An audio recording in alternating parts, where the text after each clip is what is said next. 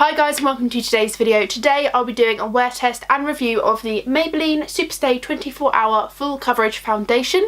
What a mouthful. What a mouthful. I'm feeling quite groggy this morning, but we're just gonna have to push through it, I think. I've got mine in the shade True Ivory. It claims to be a full coverage foundation and wear for 24 hours. Whether it does that or not, I don't know. This, of course, is drugstore foundation. It retails for about £10 to £12 depending on where you go. I think I bought mine for £9.99, but it was like on a 2 for 3 offer. So it's really cheap. It claims to be full coverage, 24-hour wear, like I said. So, you know, it should last all day. I have got quite a busy day ahead of me, so I will be checking in. So yeah, I'll show you how I applied this and we'll crack on with the video. So to really test this foundation, I wanted to see if it worked well with a primer or not, so I used the Nivea Men Sensitive Post Shave Balm on the right hand side of my face so I could be able to see a visible difference. And then just took a few pumps of the foundation on the back of my hand. I am in the shade 03 True Ivory, which I feel like was a pretty good match, as you'll see in application. Speaking of which, I applied it with the Real Techniques Beauty Blender, I guess you could call it, or Beauty Sponge. And this wasn't actually the best way of application I found, because it just wasn't blending it out properly, because this is quite a thick consistency foundation. So I used a brush and I found that worked much better. It just glided on much better and just really sort of blended it out nicely. But then I did go back with the sponge to kind of just even it out and just even the texture out a little bit, just because, you know, just get rid of the streaky lines, you know. But the texture on my forehead, as you can see, was a little bit cakey. I do have dry skin, so full coverage foundations do look this way, but it wasn't bad. It just looked like I was wearing makeup. I then put the Collection Lasting Perfection Concealer number 1 Fair in my innermost corners of my eyes, where I get the most darkness, and just everywhere else where I thought I needed it a little bit. I didn't want to cover up the foundation and stop it from seeing how it worked, sort of thing. So I just blended that out and then did my eyebrows in MAC's Charcoal Brown eyeshadow. I always put this through my eyebrows, I know how it works. I then put Benefit Hoola Bronzer and Benefit Rockature straight onto my cheeks, because this foundation did not need setting, so I just applied both of those straight onto my cheeks, and I thought they blended out really well, all things considering. It was very mattified, like the foundation was very matte, so yeah, I didn't really need to set it at all with any powder. Maybe you would if you were oily. But then I also applied H&M Delicate Pearl highlighter to the tips of my cheekbones and my nose, all the places where I normally highlight. Again, not putting too much on, just because I don't want to cover up the foundation. I really want to see how it works.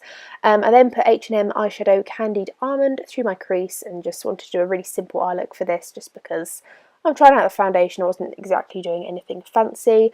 I then put Colourpop's Supernova Shadow UF-Woah all over my lids, which is a really pretty colour. I then put Maybelline Lash Sensational Mascara to finish it all off, and then that was my makeup look. So yeah, I'll check back in a second and show you what it looks like so far. Okay, so 6.5 hours in, this foundation is looking pretty good. It's not patched off, as I can see. It is a little bit dry between my brows on my nose. I don't know if you can see that. I'm in the car, so obviously it's a bit bouncy, but I don't know if you can see that on my nose and between my brows is a little bit dry, but I have got drier skin, so matte foundations always do look drier on me.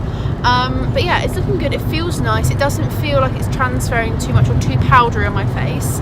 And my makeup applied really well on top of it. I noticed that like all of my contour, blusher and highlighter stayed on my face, which is good, which means that the foundation has obviously kept it on. Like, I don't know how to explain it. It's not worn off in patches, which is good.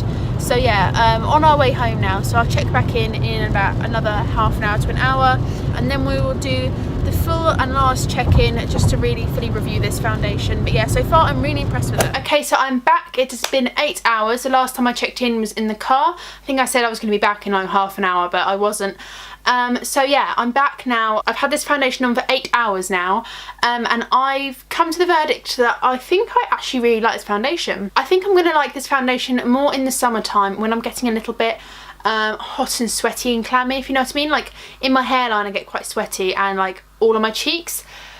So my oils are like going to come out more, which it doesn't really usually happen because I'm dry. So yeah, I think this foundation is good. I think it's a very good shade match for me. It looks exactly my shade. I'd say the only downside to this foundation is it is quite drying, but I think that's because it's mattifying, to be honest.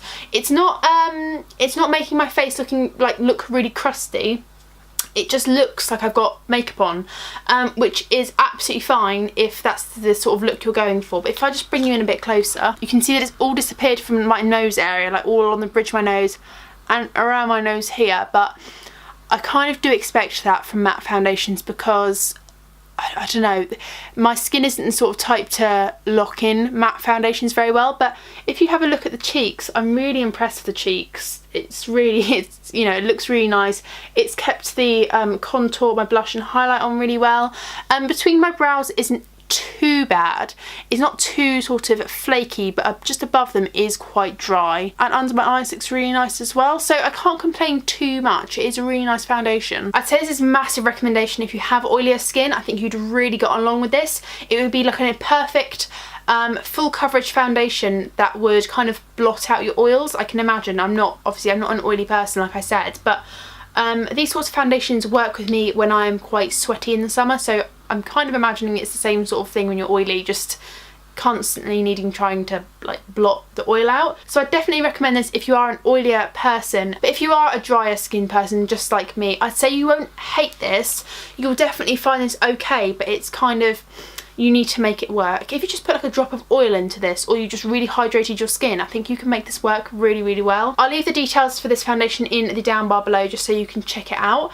But yeah, I really like it. I've not regretted buying this. I think it's a really good foundation for about the £10 mark. So if you have enjoyed today's video, please do not forget to give it a thumbs up. I really, really appreciate it. And if you haven't already, please subscribe. Hit the little button down below. Subscribe to me. Join my video family. Thank you so much, guys, for watching. I really, really appreciate it. You have no idea. Thank you so much. And I will see you in my next one. Bye. I'm back. I've done an 8. Hang on. So I definitely let's take a picture.